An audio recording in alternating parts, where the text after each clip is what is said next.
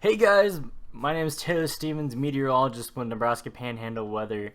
It's been a long time coming. Finally have the computer set up, everything's ready to go, and I'm ready to start making videos again. So currently looking at our situation right now, we do have a a high wind warning in the northern portion of the Panhandle, while we still have some high wind watches to the southern portions.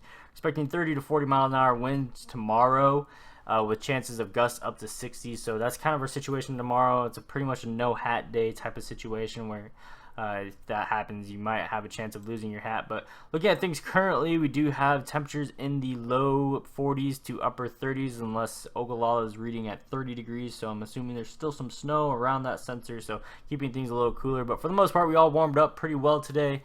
We are going to expect a cool down tomorrow, as we do have a system kind of bring in those strong winds. It's going to push a cold front through our area while bringing a chance of snow in the North Dakota, Minnesota area tomorrow during the next few days. So that's kind of what we're expecting. Cold front to move through, bring in some cloud cover. But after this here's the system actually moving through. It's just kind of a shortwave right now. I'll kick this trough out and move that to the northeast. But after this system, we're kind of not expecting too much. So looking at current situation, there's cold front, moves through, and we don't have too much going on after that. We're going to be replaced by some high pressure, and it's actually going to keep temperatures up pretty warm. So beginning to look at tonight's loads temperatures, we do have some cloud cover over our area, so temperatures are going to stay in the low 20s, possibly break into the upper teens, but for the most part, low 20s across the entire Panhandle.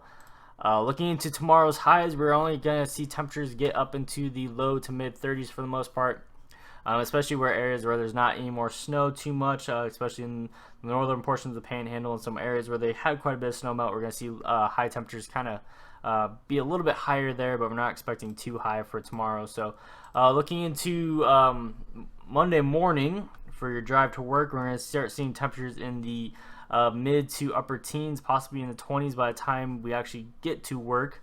But we are going to see it warm up on Monday a little bit. Temperatures are going to break into the 40s, especially in the southwestern portion of the Panhandle, while the rest of us stay in the mid to upper 30s. But that's our last pretty much day of the 30s for the week, as temperatures begin to skyrocket, as we are going to be replaced by a high pressure system, as temperatures will get into the mid to upper 40s. But on Tuesday, we're going to see upper 40s to low 50s on Wednesday. A little bit of cooling off on Thursday, but that's just kind of how things are equilibrating out. So upper 40s to low 50s Thursday, and then Friday we have upper 40s to low 50s, and Saturday upper 40s.